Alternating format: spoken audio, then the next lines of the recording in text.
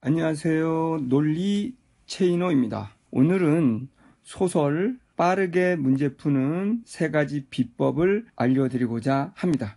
끝까지 잘 들어보시고요. 3가지밖에 안 되니까 요거를 무한 반복하면 여러분들 소설 푸는데 아마도 3분 컷 할 수 있을 것입니다. 대신 여러분이 반복 훈련을 하셔야 되겠죠. 그러면 그 3가지 비법이 뭔지 제가 보여드리도록 하겠습니다. 첫 번째, 제 강의를 들은 친구들은 대부분 다 알 것이라고 봅니다. 자, 일단은 소설은 줄거리가 주어지는 경우가 있고 아닌 경우도 있습니다. 그러면 반드시 여러분들은 줄거리가 주어지면 줄거리를 꼭 활용해야 됩니다. 줄거리란 이 작품이 약 300페이지가 되더라도 이번 문제에서는 딱 요 페이지만 문제를 낼 것이고 이 페이지의 범주는 이거야 라고 문제풀이 해석의 범주를 알려주는 겁니다. 굉장히 중요하죠. 제가 논리 체이너죠. 논리에서 가장 중요한 게 뭡니까?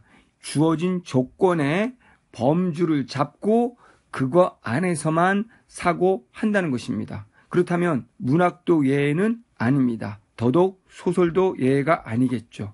그러면 소설에서는 줄거리라는 범주가 주어지고 더불어 더 자세히 이 줄거리에 나와 있는 범주, 주로 인물들이 나오거든요. 그러면 인물들의 내용이 어떤 내용인지를 보기에서 더 자세하게 힌트를 주고 이 보기를 더 자세히 풀어놓은 게 선택지고 선택지 중에서도 조건부라고 하는 부분이 바로 핵심입니다. 문제를 출제할 때 출제자들은 아무거나 선택지에 올리지 않습니다. 특히 보기라는 범주, 줄거리와 연관되어 있고 이 줄거리 보기에 나와 있는 핵심 내용을 구체적으로 자세히 말해주는 부분이 보기의 선택지, 바로 조건부입니다. 그러면 요 3개를 가지고 여러분들은 이 소설은 어떤 인물들이 나오며 그 인물들은 어떤 갈등을 하고 있는지 그리고 어떻게 사건이 전개될 것인지를 이미 여러분들은 파악할 수 있어야 합니다. 그래서 저는 현장 강의에서 과제가 요 보기 선택지만 주고 이것들을 통해 인물의 관계를 만들고 핵심이 무엇인지를 주관식으로 정리해보는 과제를 주고 그것을 우리는 첨삭을 하는 방식으로 수업이 진행됩니다. 논술도 아닌데 1대1로 첨삭을 진행을 하고 있죠. 그럼 첫 번째, 이렇게 기준을 잡았다면 두 번째, 이 기준을 잡았을 때 보기 문제를 보면 대부분이 정답이 다 나옵니다. 짐을 가지 않아도. 나오지 않을 경우도 있지만 핵심을 잡았으면 그 핵심을 토대로 두 번째 감상 문제로 갑니다. 감상 문제들 역시 인물 문제입니다. 그러면 앞에 보기, 줄거리, 선택지를 통해서 감상 문제의 선택지 중에서 일부는 소거할 수 있게 됩니다. 소거를 못한다면 남은 5개 선택지를 모두 봐야 되겠지만 만약에 2개의 선택지를 소거했다면 3개, 남은 이 선택지의 3개를 이런 방식으로 봤더니 개똥이라는 인물이 만약에 보기에 있었다면 이제 개똥이라는 인물은 핵심 인물이기 때문에 중요하지 않고 우리가 A라는 그 선택지에서 이 서술부에 주목합니다. 그런데 만약 남은 선택지에서 말똥이가 나옵니다. 근데 말똥이는 보기와 줄거리에 언급되지 않았습니다. 그러면 이 선택지의 서술부는 B입니다. 그러면 B를 기억하기보다는 말똥이를 기억합니다. 왜냐하면 말똥이는 이 지문에서 많이 나오지 않고 한 번 정도 나올 겁니다. 그러면 그때 읽다가 말똥이라는 단어가 나오면 빠르게 선택지로 와서 B가 맞는지 확인하면 되는 겁니다.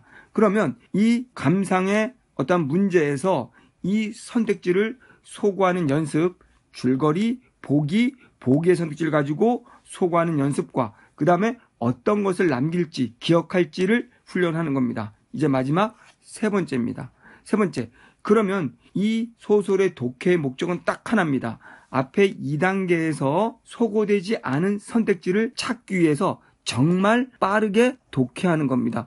묻지도 않은 그런 문제들을 일일이 매달릴 필요가 없겠죠. 그러면 감상 문제의 남은 선택지를 찾기위해서 빠르게 읽어가면서 그때그때 남은 선택지를 소거하고 동시에 빠르게 읽어갈 때 단락 문제라고 해서 A라고 이렇게 물어보거나 문장 스몰 a 또는 b 이렇게 물어보는 문장이 있다면 읽어가다가 단락 A를 알려줬다라는 건 A 문제가 있잖아요. 그러면 A의 앞과 뒤까지 읽은 다음에 바로 해당하는 문제로 가는 겁니다.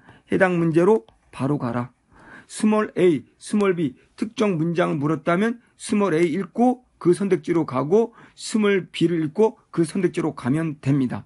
이런 식으로 빠르게 독해를 하다 보면 제가 다른 영상에서 올린 것처럼 비문학 독해, 양자 컴퓨터처럼 빠르게 읽을 수 있다. 즉 선별하면서 읽을 수 있는 거예요. 다시 말한다면 문제에서 요구한 것들 중심으로만 그 선택지를 찾으면서 빠르게 읽으면 모든 이 소설 작품의 문장들을 읽을 필요가 없어지면서 속도가 굉장히 빨라지고 작품 독해가 완성되었을 때 벌써 문제도 다 끝나 있어야 됩니다. 문제도 다 이미 피니시 끝나 있어야 되는 거예요. 그러면 굉장히 빠르게 읽을 수 있는 능력을 갖추게 되고 왜 이렇게 빠른 것이 중요한가? 우리는 80분 안에 모든 문제를 풀어야 됩니다. 그런데 문학에서 많은 시간을 소요해서 마쳤다면 아무 의미가 없어요. 비문학을 풀 시간이 없기 때문에 결국 등급은 내려오게 되어 있습니다. 그렇기 때문에 여러분들이 작품들을 정리하고 암기하는 중심으로 자료를 보는 중심으로 공부를 했다면 이제 완전히 바꿔서 지금 제가 오늘 말씀드린 이 세 가지 원칙을 지키면서 이것들을 반복 훈련하는 것이 굉장히 중요합니다. 절대로 내가 이것을 반복 훈련한다고 해서 그 작품들의 핵심을 정리하고 암기하고자 하는 목적이 아니라는 걸 명심하면서 반복 훈련하면 됩니다. 자, 그런데 여기 제가 추가적으로 하나 더 말씀드리고 싶은 건 뭐냐면요. 자, 이렇게 문제 풀 때는 정말 초스피드로 감상의 선택지, 남은 선택지만 찾기 위해서 엄청 빠르게 읽어야 되는 거고 이 문제풀이 과정이 다 끝나고 나면 이제는 천천히 보기, 줄거리, 선택지, 감상 문제에 나온 5개 선택지를 중심으로 꼼꼼히 모든 문장을 읽어보는 겁니다. 나중에는 문제풀이 이후 모든 문장을 꼼꼼하게 독해하면서 내가 보기, 줄거리, 선택지, 감상 문제를 통해서 예측했던 내용들이 글에서는 어떻게 표현이 되고 그 중에서도 어떤 부분들을 중요하게 선택지화 하는구나 라는 것을 여러분들이 구조화하는 거예요. 머릿속에 스키마로 집어넣는 겁니다. 요 훈련만 반복을 한다면 여러분들은 소설 작품 하나도 기억에 남지 않아도 하나도 정리암기 안 해도 소설 3분 컷 할 수 있는 그런 능력을 갖추게 될 겁니다. 여러분은 할 수 있습니다. 그것이 고전소설일 때는 하나 더 팁을 드린다면 그냥 고어나 한자어는 읽어가면서 모르는 것들은 XY라고 치환하고 빠르게 넘어가십시오. 수능 국어란 여러분한테 그 한자어, 고어의 단어 뜻 자체를 알고 있는지 묻지 않습니다. 그렇기 때문에 빠르게 역시 고전소설도 읽어나가는 훈련을 하면 여러분에게 선물, 1등급이라는 선물이 주어질 것입니다. 감사합니다.